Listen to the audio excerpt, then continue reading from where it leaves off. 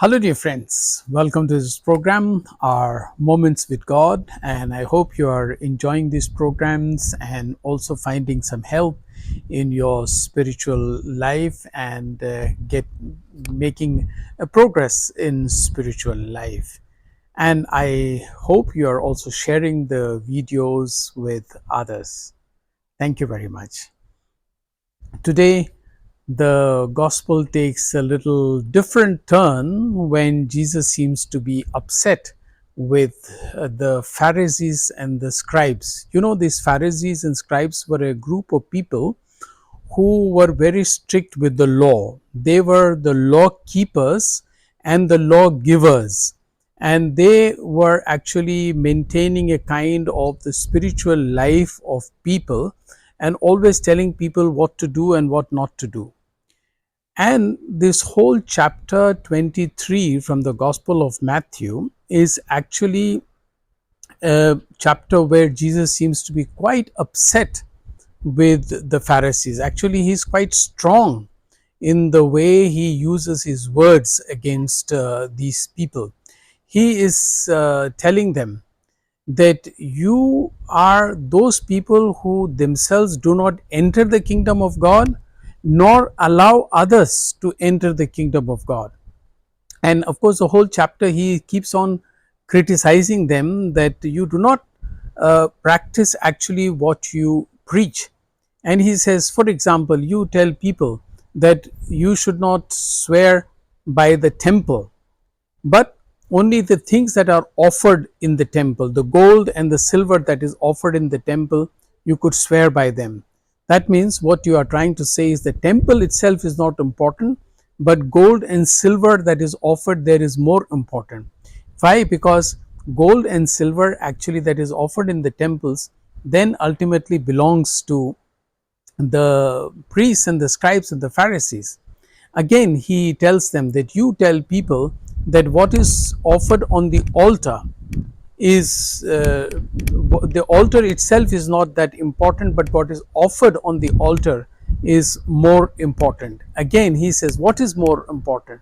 So Jesus is trying to tell them, and actually the next 3-4 days in the Gospels, Jesus will be always taking these people on and telling them how wrong they are.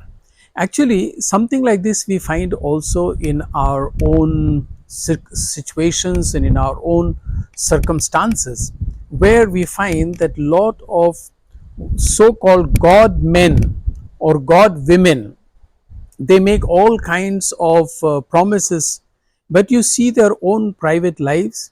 I do not want to mention names here because I don't want to be judgmental about people, but there are certain people in India particularly who have been judged by the courts. There are also people in the church like that who, in the name of their service as priests and as nuns, are doing also a lot of wrong things.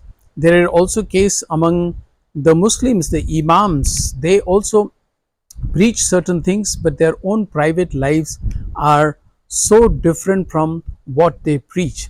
So this is a thing that one needs to really be aware of, that how what we hear people tell us, particularly those who claim to be religious leaders or gurus, what they actually do in their own lives and what they preach to others, whether they correspond, their words correspond to their deeds, and whether their deeds correspond to their words. Otherwise, we should simply ignore them. Of course, a lot of simple people are looking for God, and that's a good thing, that people have a thirst for God and want to learn more about God and want to get closer to God.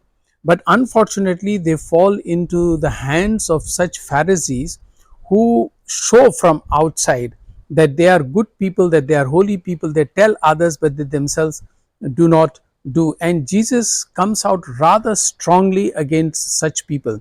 Sometimes one wonders and may ask Jesus, who are you? And actually some Pharisees and some people ask Jesus, who are you? From which authority do you teach us these things?